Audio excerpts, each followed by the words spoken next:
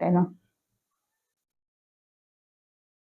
everyone, my name is Deepti Shrivastava and welcome to my channel. Here we are discussing class 10 maths NCERT, and in our last video we completed exercise number 1.1 and today we are going to discuss a new theorem.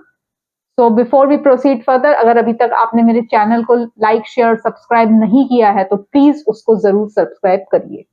तो चलिए start करते हैं theorem.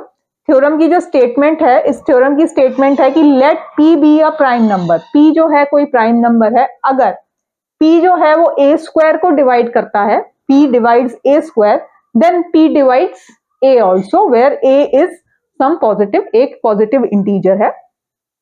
तो इसकी theorem की सबसे पहले हम प्रूफ करें, इसकी क्या एप्लीकेशन है। इसकी एप्लीकेशन ये है कि जब आपको ये प्रूफ करने को आए कि भाई रूट टू इरेशनल है या रूट थ्री इरेशनल है, how to prove the irrationality of such numbers, वहां पर आपको ये थ्योरम जो है वो यूज आएगी। और इस थ्योरम का जब अभी आप प्रूफ करेंगे तब आप देखेंगे कि जो हमने जो फर्स्ट वीडियो में अपनी फंडामेंटल थ्योरम ऑफ अरिथमेटिक करी थी, जो फंडामेंटल थ्योरम ऑफ अरिथमेटिक करी थी कि भाई every composite number can be expressed as a product of the prime where the जो प्राइम फैक्टर्स होते हैं वो उसके यूनिक होते हैं अपार्ट फ्रॉम द ऑर्डर। जैसे एक एग्जांपल किया था कि 6 को आप 2 into 3 लिख सकते हैं, 6 को आप 3 into 2 लिख सकते हैं, लेकिन जो 6 की प्राइम फैक्टराइजेशन हो रही है उसमें 2 और 3 ही प्राइम फैक्टर्स आएंगे, उसके अलावा और कोई नहीं। आप किसी भी वे में कर लीजिए, ऑर्डर चेंज हो सकता है, 2 into 3 को आप 3 into 2 कर सकते हैं, लेकिन बाकी वो यूनिक ही रहेंगे। तो चलिए पहले हम इस पहले थ्योरम को करते हैं और फिर इस थ्योरम को यूज करके हम कैसे रूट टू रूट थ्री को इरेशनल प्रूफ करेंगे उसको हम देखेंगे। तो let us start with the proof of this theorem. अब इन्होंने बोला है कि let the prime factorisation, let the prime factorisation of A B, prime factorisation of A, prime factorisation of A को आप कैसे लिख सकते हैं, A is equal to P1, P2 and till Pn। तो a को आप जो है उसका प्राइम फैक्टराइजेशन लिख सकते हैं कि भाई P1, P2 they are some prime factors. तो आप a के प्राइम फैक्टराइजेशन को as a product of the primes लिखते हैं, तो आपने a को लिख दिया कि a is equal to some P1, P2 and Pn, इसका ये प्राइम फैक्टराइजेशन है। where P1, P2 and Pn they are primes. ठीक है, ये जो भी आए ये सब प्राइम है। प्राइम फैक्टराइजेशन में आप जो फैक्टर्स बनाते हैं वो सभी जो होते हैं वो प्राइम नंबर्स होते हैं। Not distinct necessarily. अब नॉट डिस्टिंक्ट नेसेसरली क्यों लिखा गया है? नॉट डिस्टिंक्ट नेसेसरली इसलिए लिखा गया है कि कई उसमें आपने देखा होगा कि भाई 2 into 2 into 2 या 3 into 3, तो अब ये जरूरी नहीं है कि ये सारे अलग ही होंगे, ठीक है, लेकिन they are all the prime numbers, they are all the prime factors. So therefore अगर आप इसका स्क्वायर कर देते हैं, a को आपने मान लिया जब प्राइम फैक्टराइजेशन इसमें आ गया, अब आप इसका स्क्वायर करते हैं तो a square is equal to P1 square, P2 square till Pn का स्क्वायर। ठीक है, अब आपको गिवन क्या है? गिवन है आपको कि P divides a square. Now P divides a square. Now this is given to you. आपको प्रूफ क्या करना है कि P divides a also. P जो है वो a स्क्वायर को डिवाइड कर रहा है, तो P जो है वो a को भी डिवाइड करेगा। ये चीज आपको यहाँ पे प्रूफ करनी है। तो P जो है वो डिवाइड करेगा a स्क्वायर को। Now from the fundamental theorem of arithmetic, from the fundamental theorem. अब फंडामेंटल थ्योरम ऑफ अरिथमेटिक आपकी क्या कहती है? फंडामेंटल थ्योरम ऑफ अरिथमेटिक आपकी ये कैसे है कि जो भी कॉम्पोजिट नंबर है जब आप उसका प्राइम फैक्टराइजेशन या उसको as a product of prime लिखते हैं तो वो एक यूनिक होता है apart from the order in which it occurs. तो अब उसने बोला है कि p जो है इट डिवाइड्स, p जो है वो a स्क्वायर को डिवाइड कर रहा है। तो ये हो गया कि लेट, तो दैट मीन्स कि जो p है, p is one of the prime factors, p is one of the prime factors of a square.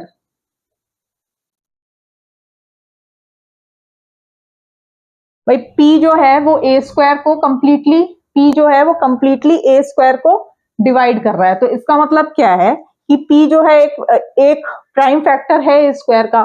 भाई यहाँ पे जब भी आप इसके फैक्टराइजेशन करते हैं, से आपने 24 को लिखा, तो 2 इंटू 2 4 इंटू 2 8, ठीक है। तो अब जो यहाँ पर जो भी आएंगे, जितने भी आपके यहाँ पे ये जो फैक्टर्स आए, ये इसको डिवाइड करेंगे, ठीक है। 2 जो है वो डिवाइड करेगा 24 को, 3 जो है वो डिवाइड करेगा। तो अगर p जो है वो a स्क्वायर को डिवाइड कर रहा है, इसका मतलब p जो है वो a स्क्वायर का एक प्राइम फैक्टर है। ये आपकी फंडामेंटल थ्योरम ऑफ अर्थमेटिक कहती है कि भाई ये जो फैक्टराइजेशन है वो तभी डिवाइड करेगा ना जब वो उसका प्राइम फैक्टर होगा। जो भी यहाँ पे आप जब फैक्टराइजेशन करते हैं वो सभी नंबर उस नंबर को डिवाइड करते हैं। तो from the fundamental theorem of arithmetic you can say that p is one of the prime factors of, p is one of the prime factors of a square। अब पहले आपने क्या लिया कि a जो है वो a is equal to what, prime factorisation p1 p2 till pn। तो इसका क्या मतलब हुआ, इसका मतलब ये हुआ कि since a is p1 p2 till pn, यहां पे हमने कह दिया कि p is one of the prime factors, p जो है one of the prime factors है a स्क्वायर का। सो दैट मीन्स व्हाट कि p is one of p1, इन्हीं में से कोई एक है वो। भाई क्यों है, क्योंकि p जो है one of the prime factors है a स्क्वायर का, और आपका a स्क्वायर क्या है, a स्क्वायर है आपका p1 square p2 square till pn square. तो अगर p जो है वो प्राइम फैक्टर है a स्क्वायर का, तो ये जो p है वो इन्हीं में से कोई एक होगा, क्योंकि तभी वो आप बोलोगे कि वो कंप्लीटली उसको डिवाइड कर रहा है। So your a is equal to p1 p2 till pn, और इन्हीं में से अगर एक p है, इन्हीं में से अगर p भी वन ऑफ इन्हीं में से है, तो that means p divides a also. p जो है वो a को भी डिवाइड करेगा। एक बार और देखते हैं कि भाई लेट द प्राइम फैक्टराइजेशन, ये आपने लिख लिया, यहाँ पे p1 p2 ये प्राइम्स थे, ठीक है। तो a अगर a को ये लिखा तो a स्क्वायर को हम कह सकते हैं p1 p2 p square till pn। Now p divides a square, p जो है वो a स्क्वायर को डिवाइड कर रहा है। तो from the fundamental theorem p is one of the prime factors of a square. तो p जो है a स्क्वायर का वन ऑफ द फैक्टर्स है। तो जो p स्क्वायर है इज वन ऑफ दिस, तो p जो है p square is one of this p1 square p2 square till pn square, ठीक है। इन्हीं में से एक है, या आप कह सकते हो कि p is one of p1 p2 pn। भाई p square is one of this, या आप बोलोगे p, भाई स्क्वायर दोनों साइड स्क्वायर है तो आप बोल सकते हो कि p is one of this. तो अगर a की जगह भाई p1 इन्हीं में से है, अगर इन्हीं में से एक p है, तो दैट मीन्स p जो है ये a को भी डिवाइड कर रहा है, and this is your theorem, ठीक है। अब इसको हम कैसे अपने इरेशनैलिटी प्रूफ करने के लिए लगाएंगे वो हम इसको देख लेते हैं। इस थ्योरम को यूज करते हुए अभी कैसे आप वो करेंगे उसको हम देखते हैं। Now the is prove that root 2 is irrational. आपको प्रूफ करना है कि रूट 2 जो है वो इरेशनल है। अब इसमें हम क्या कर रहे हैं, इन मेथड्स में इसको प्रूफ करने के लिए हम इसकी कॉन्ट्रडिक्टरी स्टेटमेंट को ट्रू मान लेते हैं। कॉन्ट्रडिक्टरी स्टेटमेंट क्या है कि मान लीजिए कि रूट 2 जो है वो रैशनल है, ठीक है। अब रैशनल इरेशनल को अगर आपने 9th क्लास का अपना रिवीजन में देखा होगा कि जो रैशनल नंबर्स हैं they are in the form of p by q where q is not equal to 0 and they both are the integers। So irrational which cannot be expressed in the form of p by q। So now let root 2 be rational, let root two be a rational number. मान लीजिए root two एक rational number है, so root two is equal to what, r by s, by p by q की form. यहाँ पे हम are by S बोल देते हैं, आप पी बाई क्यू भी लिख सकते हैं, where r and s are integers and s is not equal to zero. ठीक है, आर एंड एस जो है वो इंटीजर्स हैं और एस जो है वो नॉट इक्वल टू जीरो है। Now suppose R and S have a common factor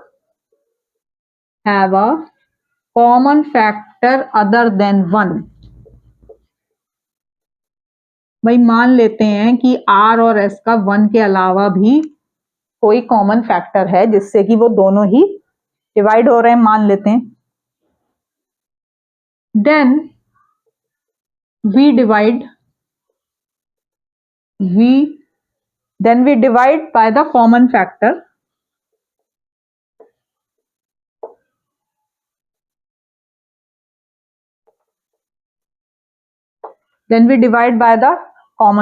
where root 2 को आपने लिख दिया a and b and these a and b they are co-primes।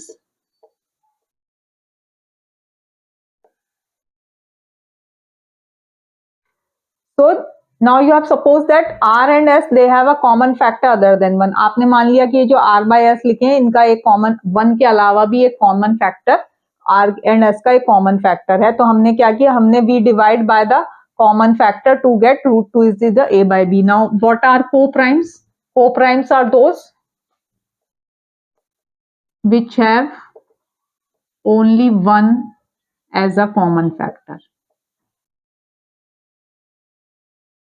which have only 1 as a common factor. आपने ये मान लिया कि आपने माना कि भाई रूट 2 को आपने कॉमन फैक्टर, हमने कहा भाई एक कॉमन फैक्टर है अदर देन 1, तो आपने मान लिया कि भाई रूट 2 को आपने a बाय बी की जगह भाई r बाय एस का एक अदर देन 1 का भी एक कॉमन फैक्टर है, तो आपने उनको a अपॉन b की फॉर्म में लिख दिया, where a and b they are the coprimes and they have only 1 as a common factor. ये फर्दर और कट नहीं होंगे, तो आपने इसको इस फॉर्म में लिख दिया।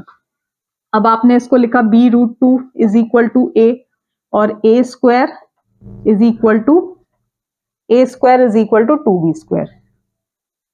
Therefore your 2 divides a square. अब आपने देखा a स्क्वायर जो है वो 2 टाइम्स ऑफ b स्क्वायर के है, तो जो 2 जो है वो डिवाइड करेगा a स्क्वायर के, और therefore 2 डिवाइड्स a ऑल्सो। यहाँ पे आप अपनी थ्योरम जो आपने अभी डिस्कस करी है कि अगर p divides a square then p divides a also, तो नाउ ये जो 2 है दिस 2 डिवाइड्स a स्क्वायर, तो 2 जो है वो a को भी डिवाइड करेगा। तो यार a इज इक्वल टू से 2c। ठीक है, अब 2 जो है वो a को भी डिवाइड कर रहा है, where now this c is some integer. अब आपने देखो, आपने c की वैल्यू 1 डाली, 2, ठीक है, तो c की वैल्यू 2 डाल दो, 4 डाल दो, वो सभी जो है वो 2 जो है वो उसको उससे डिवाइड करेगा। So if now 2 divides b square. अब आपने यहां से देखा a स्क्वायर है आपका 2b स्क्वायर, तो यहाँ पे भी अगर आप स्क्वायर कर देते हैं बोथ द साइड्स तो आपका आ जाएगा 2b square is equal to 4c square, और this comes out to be your b square is equal to 2c square. Therefore 2 divides, अब यहां से आपने देखा कि 2 जो है it divides b square, 2 divides b square. ठीक है, अगर 2 डिवाइड्स b स्क्वायर है तो again from the theorem 2 divides b also from the theorem.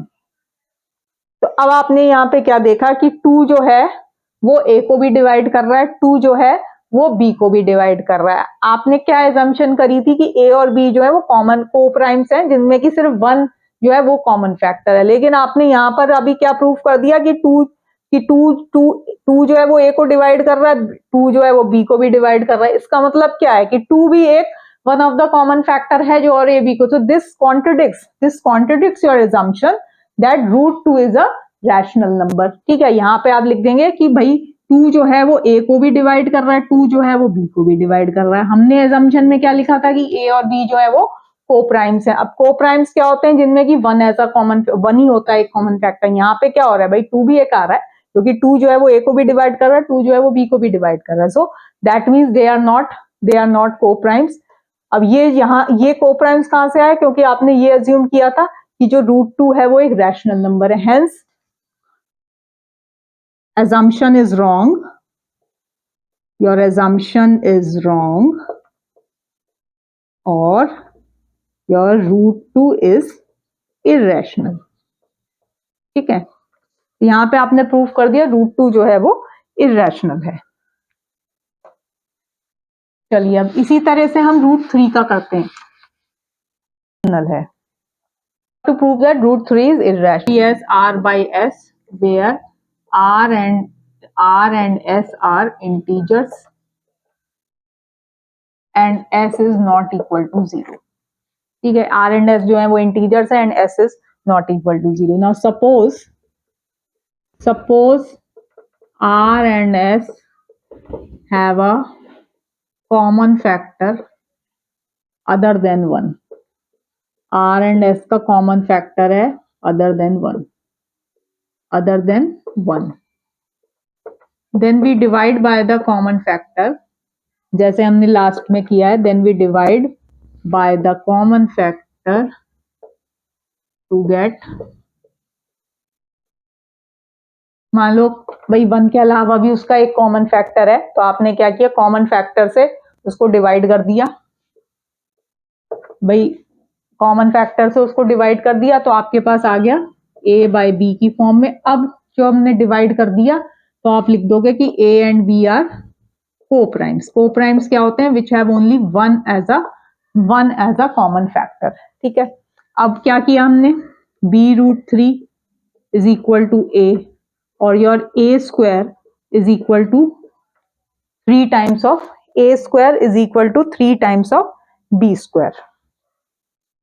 ठीक है, अब ये जो 3 है, 3 divides a square, therefore 3 divides a also. ठीक, ये आपने अपनी पिछली वाली थ्योरम से, भाई a square can be written as 3 times of b square.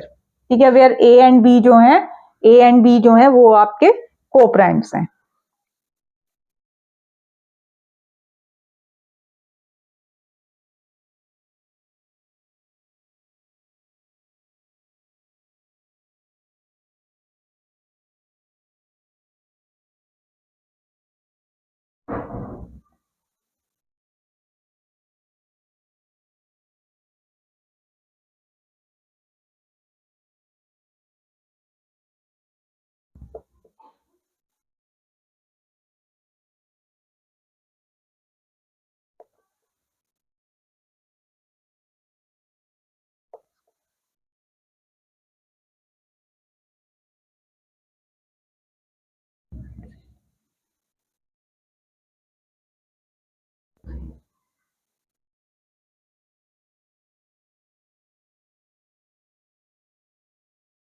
तो यहाँ पर मैंने वैल्यूज लिखी हैं कि अगर हम इसको ऐसे भी देख सकते हैं, आपने b की वैल्यू 1 डाली, b स्क्वायर 1 हो गया, a स्क्वायर बन गया 3।